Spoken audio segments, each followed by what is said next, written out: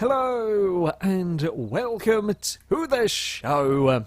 We are here on BeamNG Drive with 3 more vehicles taking on the West Coast Rally. We're starting today with the UTK S Series, a fantastic looking vehicle and a car that might not do too badly down this course. We've also got a weird apocalypse going on over there in the city.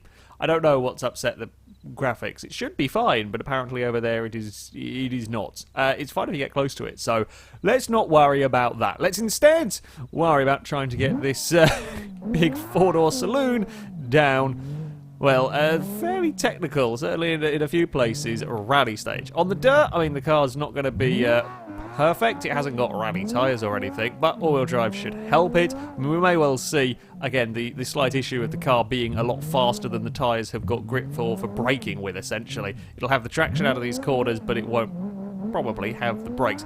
Then again, it's not on full slick, so it isn't too bad in the old slowing down front. In fact, the brakes aren't too bad as we go across the car park there into Macau. Now, we should be pretty damn fast accelerating on the tarmac. This is the twin-turbo i6 in this one, so almost 500 horsepower going on. Can we be flat through Rockingham? Oh, it's going to be very, very close if we can be. There is a smidge of a potential. I think there's a little bit of a lift on the way in. Oh, we've got some big oversteer. I'm not catching that. Oh, I think we've got away with that relatively undamaged. Amazingly, the S Series does suffer from those the slightly weaker ETK wheels that we've seen in the past. We got away with that bounce. Kind of the front bumper is hanging on by a thread in this instance. Yeah, all of that power, even with all-wheel drive, still can get the car sideways. Oh, although that's a bit too much speed. That's too brave. That's way too brave by me. It feels good. The problem is, though, when the cars feel quite quick, you then get carried away with the braking. Oh, see, that's bugging it, hasn't it? What have we done with that front wheel? Amazingly, it's still dry. The front wheel is completely snapped off. Oh, both front wheels, I think, are all gone. We've got one back, the back right and front left are working. That's not great. Second hairpin, kind of opening hairpin. I'm trying to get on the power earlier through there. At some point that side on the outside is going to claim a car. Not the S Series this time around, though. Up into NASCAR we go. Oh, it's quite understeery around here. It is very understeery around there. Oh, we've lost steering again at the front. Well, we've lost a front wheel. We've probably just about got enough to steer the car. Yeah, it's quite agile at the low-speed stuff. Going through NASCAR, I was a bit too brave on the way in. And just, yeah, too wide for all of that, and we've pinged off a wheel again. One more turn to go here. Can we keep it all together through this very, very nasty final corner? Carried a bit too much speed on the way in. Yeah, no, we're not going to make it. Oh, no. Oh, bugger.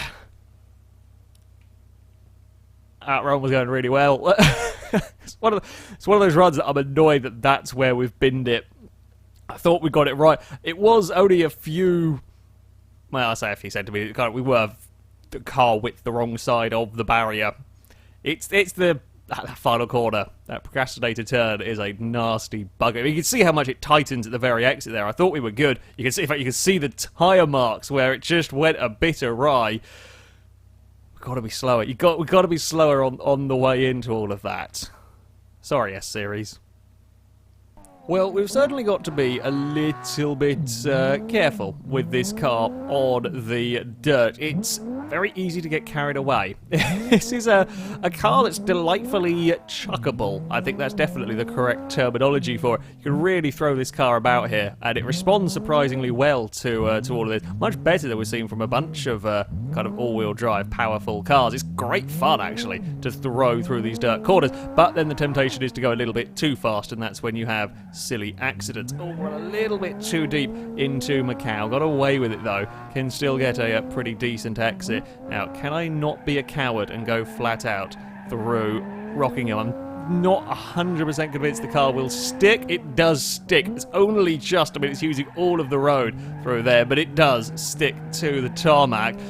Oh, it's a scary place for a car like this to be going that quickly, but there we go. Into the second hairpin, get on the power nice and soon. Slightly slide out towards the sign. Again, no cars been collected by that sign yet, but I feel like it's only a matter of time. In towards NASCAR we go. A little bit wide on the way in, but we can get a lovely late apex there, kind of straighten up the exit for the run to this final turn. Now, really work at getting the car slowed down. It is quite understeery through here for the big S series. That's more like it. Run across the line. It's done it. And to the building. Ooh, I got some good old height off the bank there. There's some good height indeed. Well, the S series, I'm pretty impressed with the car. You know, at the end of the day, it is a big, heavy all-wheel drive vehicle, and that is going to hinder it when it comes to the sort of faster corners. It's going to have a bit of understeer. The final turn, it doesn't really like. NASCAR, it doesn't really like either. The hairpins, though, it's not too bad, and of course, you've got that all-wheel drive traction, and a lot of fun to throw it about on the dirt. So certainly for a road car, you know, got to bear in mind, many race cars have gone through this course. For a road car, I think this is going to set a pretty good time.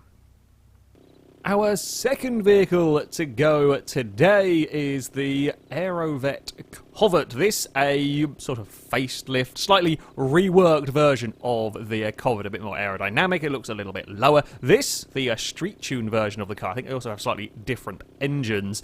Turbocharged front-wheel drive. This on still on road tyres. But likely to have a fair bit of power. It does come with NOS installed. I have turned the NOS off in this car. I'm not sure I particularly want NOS when we're dealing with a lot of these well, twisty sections. Oh, bloody hell! Okay, doesn't quite get stopped in the way I was expecting it to. I guess it's going to stay there then. She'll stay there for all eternity because that's not going. That's not going anywhere. It's all beached.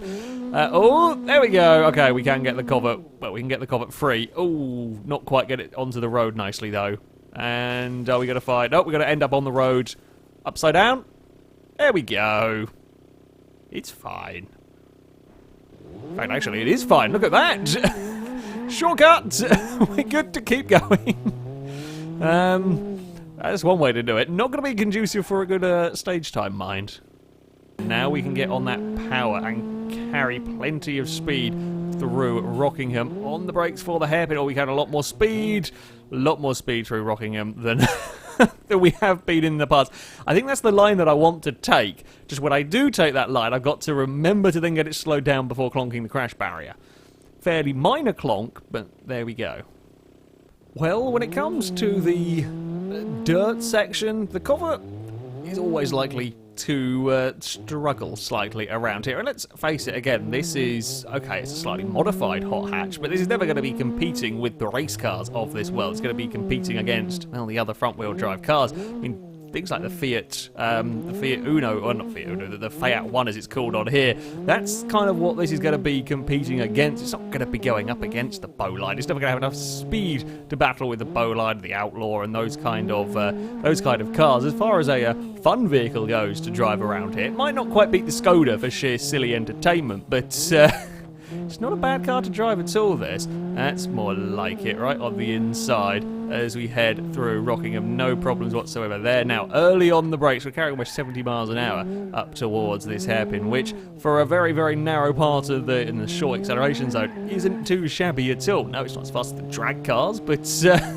again, kind of bear in mind what sort of vehicle this is. On the accelerator once more, little bit of wheel spin out of that hairpin now. We want to be, of course, as far across to the right as we can get for a better line into NASCAR, just not quite so far across that we put a wheel on the dirt. There we go, nicely does it. Again, on the exit, we can get a straighter run at least up towards this final turn. Now, leave it as late as we can to turn in. Try not to get too much understeer. It's pretty damn good, actually. For the Covet, I will take that. Ooh, hit the curb and bop. Fuel tank's gone in the car. Otherwise, not too bad. Ooh, that front wheel is that's a lot of camber. It's too much camber. We've been defeated by a small curb. Bugger. Well, the car, yeah, pretty pretty solid, as you would expect, really, from this sort of a vehicle. Got to be mindful a little bit with the understeer. Can get up to some decent enough speeds. Which is yeah, not too bad overall. I think a fast front-wheel drive car, probably not competing quite with the race front-wheel drive cars, but against the likes of the Fiat and so on, it's probably where we're going to see this go. Perhaps a little bit quicker. The final vehicle to take on this course today is the FailRace Motorsports Moonhawk. This mod features an incredibly powerful V10. It makes a huge amount of noise. I've had to turn my computer down quite significantly because this car is deafeningly loud. There is a lot of fire coming out of it. Powerful, rear-wheel drive, slick tyres, likely to have issues on the dirt, let's be honest here. Not only that, it's, well, a FailRace car, so likely to end up upside down at some point. That's very slippery slidery through there, as we might expect. Oh, God, around Chino. Oh, we're going to go for a spin, aren't we? Yep. Okay. I've been enjoying cars that didn't have issues with oversteer so far to date. We'll just pirouette around. It's fine. We can recover this. I'm gonna have to be really careful with the throttle in this car. It's looks like it might be brutally fast when we can vaguely use the speed. Now, can we chuck it around the cat attack hairpin? It kind of drifts a bit wide on the exit. We're fine. Tarmac, beautiful tarmac. The car will have grip here, theoretically, although a lot of power will lead to some oversteer. It's very quick accelerating if I can ever use any of the power. It's got pretty good turn in. Now, we're not likely to be flat out through Rockingham with this car. In fact, even half close to flat out through Rockingham with this car is scary. Engine's gone. We've buckled one of the rear wheels. Oh no, the engine hasn't gone. Never mind, ignore that message. Right. It's a bit quick and a bit powerful, to say the least. There is one more corner to go, but I have absolutely no idea. We can get up to 102 miles an hour on the way into the turn, get very, very sideways on the way into the turn. Uh-oh. That's not going to work. That's not going to work at all. I cannot believe that survived as long as it did. That was massively sideways on the way into that final turn, and there's just, yeah, too much speed, not quite enough grip. We are rather wedged. I think the car is actually still working okay, which got it wedged on the curb. It's lost a front wheel. Otherwise, still, we lost all steering. That won't help matters. Otherwise, yeah, it was surprisingly relatively okay. We are going to, we ran quite close to the wall, got away with it though, up towards NASCAR. Oh, panic and get on the brakes. You can kind of chuck it in there. Too much speed. Too much speed that time around. We will get it off the wall, but in doing so, we broke the drive shaft in pulling it off the wall, in fact, there. Asked a bit too much of the car, and now we are very poorly. Run towards NASCAR. How fast do we get in this one? About 91, and I got scared. Oh, we bounced. Bounced it on the way in. Got it on the bumps again. When it comes to cars like these, especially the speed that some of the vehicles could obtain, that bump on the way into NASCAR, I didn't realise how much of a pain it was going to be. Well, after the first couple of runs with some scary moments down here on the dirt, truth be told, with the Moonhawk, it could be worse. I think because it's so oversteery and there is so much power, you just can't use any of it, which means you end up just having to be cautious. There isn't another option with this car. I can't try and push the vehicle towards its, well, I push it towards its limits. It's just its limits are about 40 miles an hour down here. So you end up not going that fast, not really having that many problems as long as you're not a moron when it comes to the throttle. Also, second gear is your friend through all of that. A little bit of a wiggle as we try and get on the power. Just so difficult to use even a fraction of the power that this car has around here. Up towards the first of the hairpins we go. A little bit more controlled. This time around less of that oversteer, slithering around. Short shifting the car, good idea, it seems, around here. You might end up a little bit out of the power band of the turbos, but that can be really helpful in keeping control of the damn vehicle. Now, get some speed on the run up towards NASCAR. Try and not get upset across the bumps this time around. Nicely does it there. One more turn to go for this monstrous vehicle. However, this is not an easy turn. Big lock-up for the Moonhawk on the way in. It was 107 miles an hour on the way in, but we are going to keep it together and across the line for the Moonhawk. We lost one wheel. Oh, we couldn't lose the other one. Oh, it's actually going to still work. It might have a diff just about enough letting it move. Oh, what a machine. That was, I should point out, with the nitro turned off in the car. That didn't even have the nitro firing it through the course. There is so much power on tap in this that you can't use any of it down such a narrow stage like this. 107 miles an hour on the run up towards the final corner is bonkersly fast. Maybe the drag car will have done a similar sort of speed. That's probably one of the few vehicles to obtain that sort of speed. Brake's not bad on this, and the turn in isn't terrible at all. There's just so much power. There's so much power that you really struggle to use it and sort of keep any composure through the corners. But there we go. How quick will this Moonhawk have got down that stage? Could it cause any upsets towards... It's not going to beat the Bowline Class A, I'm very, very sure of, but can it cause any upsets at the top of that table? On to the leaderboard, and the Moonhawk would be the fastest car of the day. It'll go into 8th place, 123.1.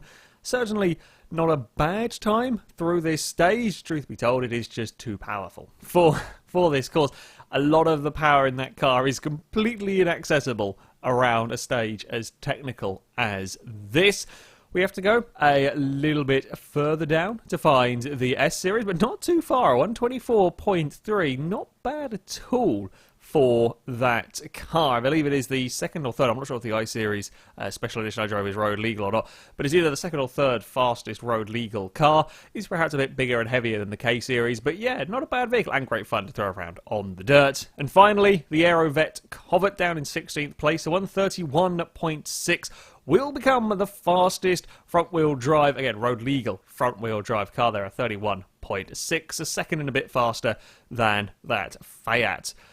That, though, is going to be it for this episode. As ever, I shall link all my views in the description, so you can download them, have a go with them yourself. But thank you very much for watching, and until next time, goodbye.